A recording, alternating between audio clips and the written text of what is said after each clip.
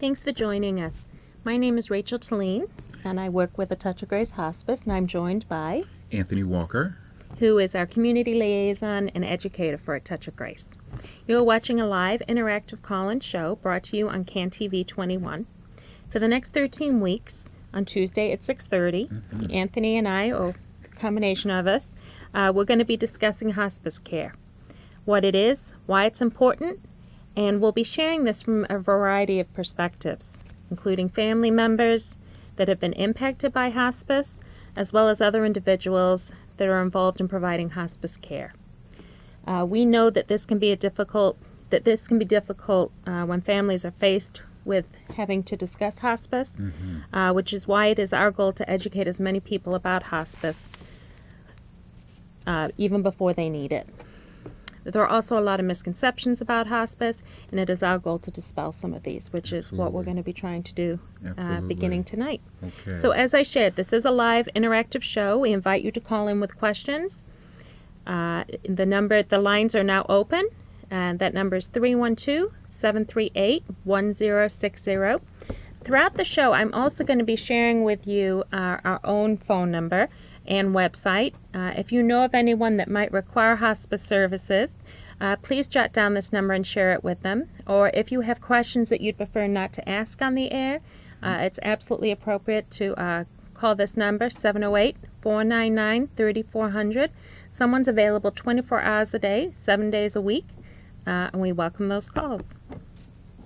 Great.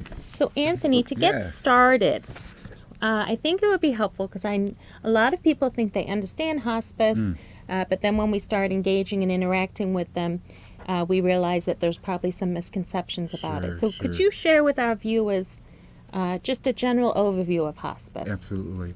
Hospice is a type of service that is geared to bring comfort to individuals who are terminally ill or whose diagnosis is not being helped.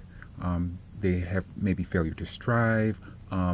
Everything that the doctor has tried has failed, basically.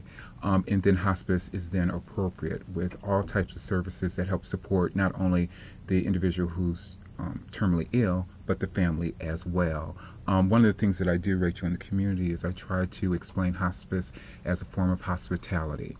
And that's really what hospice is. We bring comfort at a very critical time for our families and, of course, the loved one who may be terminally ill. So hospice is basically prescribed by a physician once traditional methods of care have failed. Okay. One thing that I hear, we meet with families often when a doctor might prescribe hospice, and one of the things that we hear pretty regularly is normally from the person who's being recommended for hospice that they don't think they're ready for it, that they may not need it. And I think it's really important to maybe put it into the perspective that even though the patient may not think they're ready, it might be something that the family would also benefit from. That's one of the struggles for caregivers. We try everything. We don't realize that the help is available. Right. Of course, when we hear the word hospice, the first thing that we think of is death. Right. What we try to do as we educate in the community, the extra help is available. The extra services are available. A lot of our families even benefit from respite care sometimes. And that's just added support because if the caregiver can't give the care or they can't take care of themselves, it's very difficult to take care of their loved one who's terminally ill.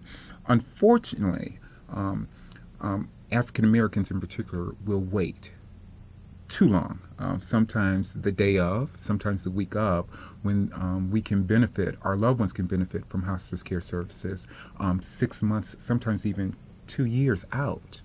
We just don't know. A lot of times the doctors will prescribe hospice and give you 6 months, but we at A Touch of Grace, because we're spiritually based, understand the doctor's position, but we know that there is a higher power as well. So some individuals benefit from our care so long that they don't want to leave.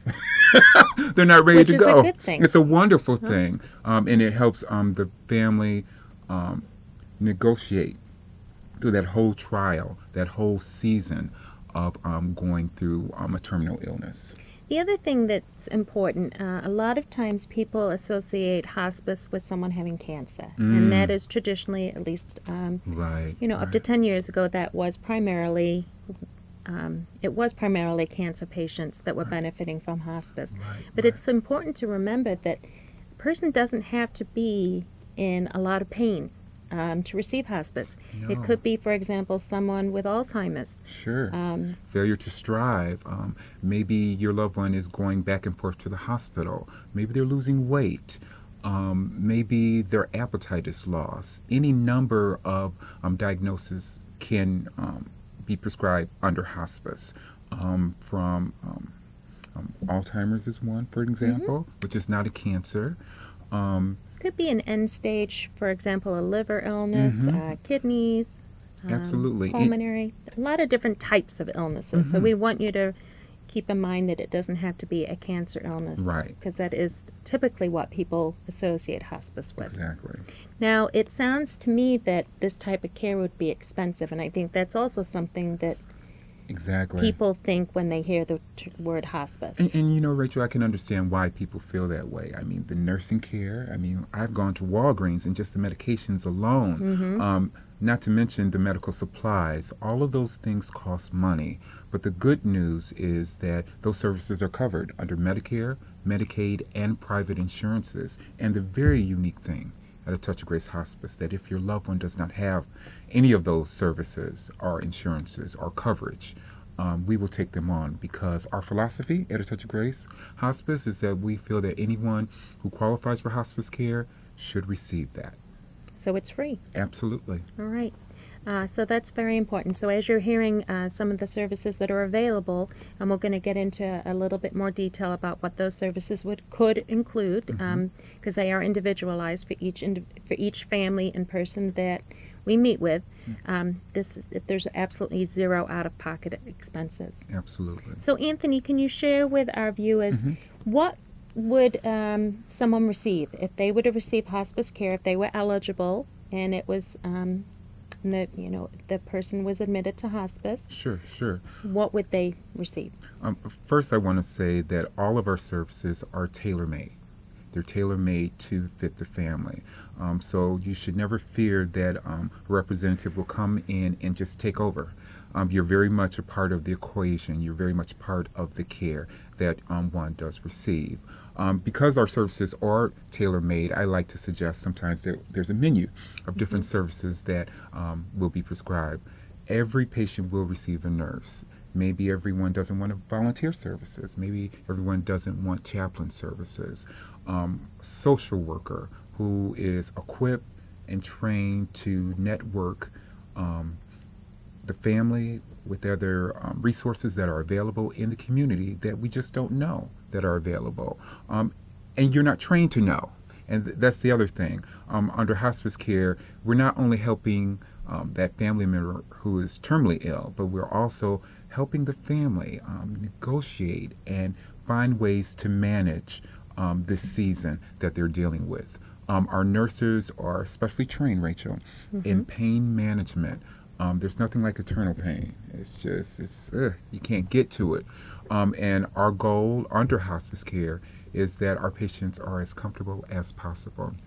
Hospice aides are available to assist with grooming and care.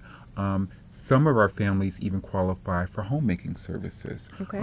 In those situations, again, all of these services, there are never any out-of-pocket expense. I've talked to families who already have a hospital bed in their home that they're paying out of pocket for because their loved one has been ill for so long. Under the hospice benefit, those types of equipment, oxygen, the bed, even bed supplies, diapers, all of those medical supplies are covered under the hospice benefit. So hey. And those can add up. They do. So there's never any out-of-pocket expense. But one of the challenges that we have is that the community doesn't realize that this benefit is available. So that's why we're here tonight, to make sure that all these services, and even then some more, there are so many different situations that our families go through that we roll up our sleeves. And Right. we're there from our volunteer pool, from our chaplain services. And those relationships, Rachel, they build. Yeah. And we really become a part of the equation and care for that family. One of the things we're going to be doing over the next 13 weeks, we'll actually have some family members on the show that will tell the audience firsthand the experience and how the hospice care impacted them. Absolutely. And you'll see, because we've had families on in the past, it's amazing because they do develop relationships with the staff. It is the same staff that are coming into the home week after week. And it's kind of an amazing thing to hear firsthand from families. Absolutely. There's nothing like the testimonies of our families. And then you mentioned a very valid point that our turnover rate is low. It is. So a lot of other services that might be used in the community, some of those services have staff and the turnover rate is high. So you have different people coming in and out. One of the unique things about A Touch of Grace is our turnover rate is low. Our staff is committed. They, it's more than just a job for us. It's really a ministry. And I will say 100% of our staff feel the same way as I do, that it is a ministry. So we're there to help. We're there to support. And those relationships go on. And I'm always amazed at the people who never forget you. That's right. They never forget you. One of the things I think we should probably clarify, which we haven't done so yet, where these services take place. Because we've talked about us going there, but for people that they may not know, where is there? So Anthony, can you share with our audience, where does hospice take place? Hospice, again, the hospitality of hospice takes place wherever your loved one is. They could be at home. They could be in a nursing facility. They could be in an assisted living situation. Any number, there's even situations where we even have one-time contracts in hospitals for those services. So wherever your loved one, don't feel that they have to be in a nursing facility. That's not always the case. But if they are in a nursing facility, of course, we will support you and them there. But those services can take place right in their home. When I'm out in the community, Rachel, educating, one of the things I always say, there's nothing like my own remote control. Nothing like my own pillow. I can barely use my own, never mind someone else's. So we're sensitive to that at A Touch of Grace, and there's nothing like the comforts of home, especially when you're ill, you're not feeling well. And if your loved one is ill, they're struggling, it's my feeling that we do better when we're in an environment that we've created, that we're familiar with, the people who are around us. Not that the hospital staffs don't do wonderful jobs. I think the staffs are great, but there's nothing like home. And for our families, they would rather have their loved one at home. It is a struggle going back and forth to the hospital, caring for your loved one. Sometimes you just rather be at home and you can do everything. You know your loved one. You know everything that they need. So those services can take place. So to answer your question, those services take place wherever your loved one is.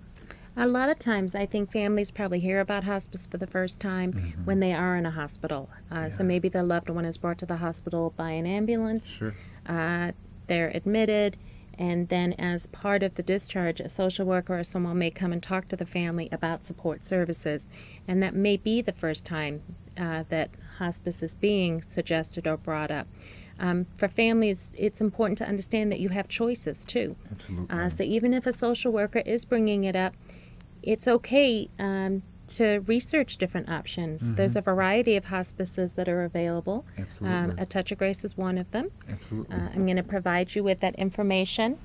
So if you do have questions, please do give us a call. 708-499-3400. We also have a website. So if you have questions, there may be some of your questions will be answered through the website as well, which is www.touchofgrace.net.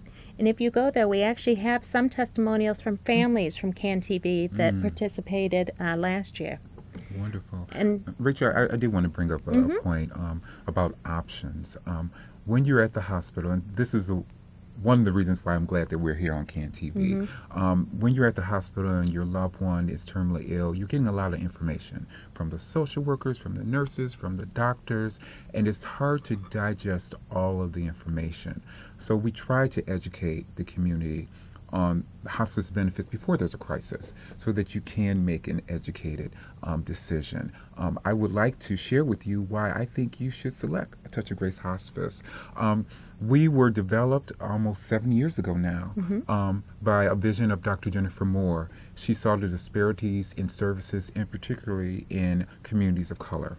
African Americans were underutilizing this wonderful benefit, this wonderful ministry, if you will. So A Touch of Grace was born. We are spiritually based. And what does that mean, spiritually based? That means that we're spiritually sensitive to the struggle, regardless of your religious background. We are sensitive to that. We even have a 24-hour prayer line that's available for our families, whatever the time of day. In fact, I'm one of the members of that team. You can give us a call, and we will be there and stand in the gap with you. Again, we're not a religious group because we are funded by Medicare and Medicaid. Got to put that out there. But we are a Touch of Grace Hospice. Okay. No, thank you. So one of the things, could you share, and you've been doing this as we've been talking, what is your role? What is it you're trying to achieve? What is your function with A Touch of Grace? Rachel, I want to take the city. You then take it, Anthony. Right. Take it. My goal and my role, I'm the community liaison, education liaison for Touch of Grace Hospice.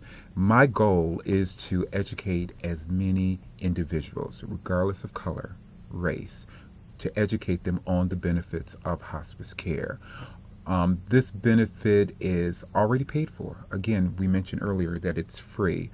And a lot of times I approach the topic and people throw up their hands. Oh, I don't want to talk to you. I don't want to hear about that. And you're just the audience that I want to approach because I need you to hear about it before you need it. So when the time does come and those services are required, and a lot of times, Rachel, it's not even their family. It could be a neighbor. It's true. It could be a member or an organization that you're affiliated with. It could be a church. It could be that person who you haven't seen in a while. You need to check on them and see what's going on. They may qualify for hospice care services. Our number again is 708-499-3400. I'm sorry. That's 708-499-3400. And you can call 24 hours of the day, 7 days a week. Someone will receive that call and call you back with the services that are available. The other thing that I do, Rachel, is I do individual informationals. And what that is I sit down with family members. Sometimes we need to get in a space that's non-threatening. Sometimes the hospital feels threatening at times. There's just a lot going on. Sometimes you need to get this information in the comfort of your own home. I've even met family members at Starbucks, Rachel. Just a zone where they feel comfortable to receive the hospice message and information. And there's no pressure, no obligation, pressure nothing at to all. sign. Nothing at all. Again, never anything out of pocket for the information. And we welcome that because I feel like if I can educate one, that one may educate two or three, and it'll just go on and on. And that's the goal. The goal is to raise awareness of hospice care services and, of course, allow individuals to utilize hospice care. And not everyone dies on hospice. That's true. There are some situations where, because they're receiving the wonderful care from a Touch of Grace Hospice, individuals do better. And they go on an incline. And so when that happens, we have to take them off hospice care. But that's okay, because if they ever need those hospice care services again, they can come back.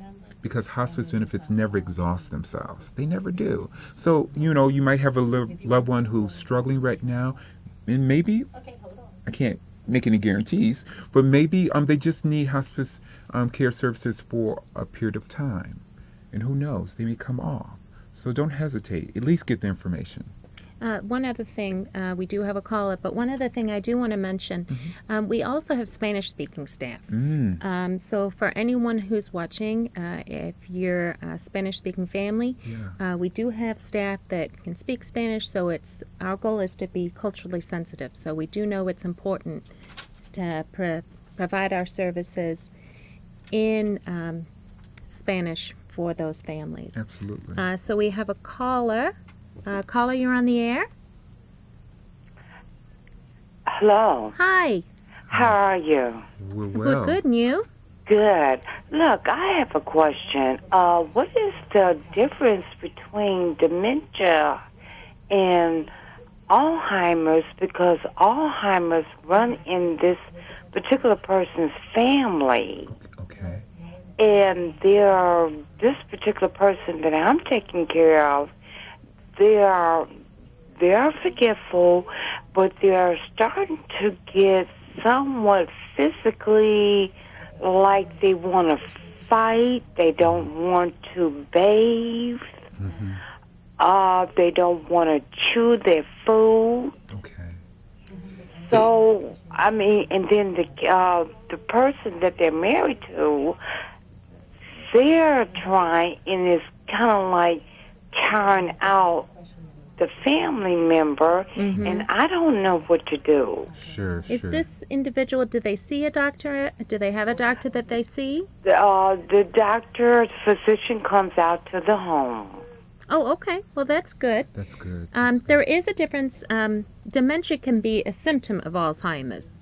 They're not the same thing, but both of them could, if someone has dementia, if it's end stage and it sounds as though the illness is progressing with this individual, and that's what you're starting to see, some of those when they're unable to care for themselves, when they're unable to maybe eating on a regular basis. Exactly. Those are things I would definitely bring up with the doctor. But also, I'm going to put up our overhead again and then jot down this phone number. Because what we can do is also, kind of talk and identify, off the air, a few other things and identify if this person might be at a point where they may be appropriate for services. Absolutely. We can talk with the doctor and, kind of identify some of those things. Okay, now, let me ask you a question now. Okay. Now, would this be like in home? Correct. Absolutely. Our goal, if the person's at home, and we've had situations where, because we put hospice in place, we've been able to transition a person back from a nursing home to the house, because that's their goal, is to be at home. And because we're able to provide additional services, a lot of times individuals are able to come home. Right. And I also want to share with you, again, my name is Anthony Walker. If you call that main number, I'll be more than happy to give an informational to the family to better educate them. And even if this patient does not qualify for hospice right now, at least they'll have the information that once they are ready, it will be a smoother transition. And we may be able to help provide you with other services that even if we can't provide support, we may know of other people that can. Okay. And we want you to keep watching, because we are going to have a representative from Alzheimer's. Thank you. Okay? All right. Thank you very much. We do have another caller. Caller, you're on the air. Caller, you're on the air. Yes, how you doing? Do you know this guy named Dwight? Sorry. Do we have another caller? Oh, it is. Okay. Okay. Well, we only have a few minutes left, so we want to make sure that we do wrap this up. Sure. Provide you with the information that you're going to need. Like we've been sharing throughout the show, if you do have questions or you think someone might be appropriate or might benefit from services, just give us a call. We can at least address and identify what's going on. There's absolutely no pressure or obligation. That number is 708-499-3400.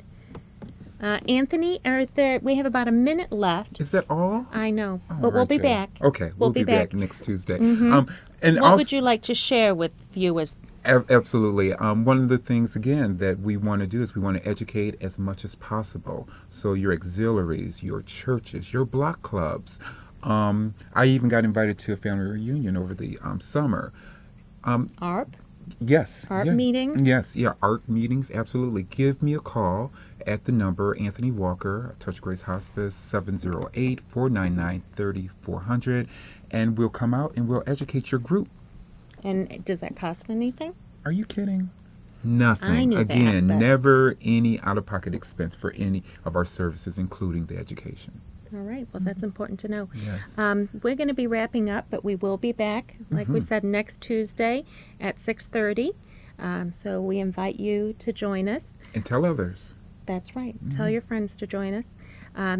If you have any questions, please don't hesitate to give us a call, 708-499-3400. And you also have our website, www.touchofgrace.net. Thanks for watching, and Happy New Year. Yeah.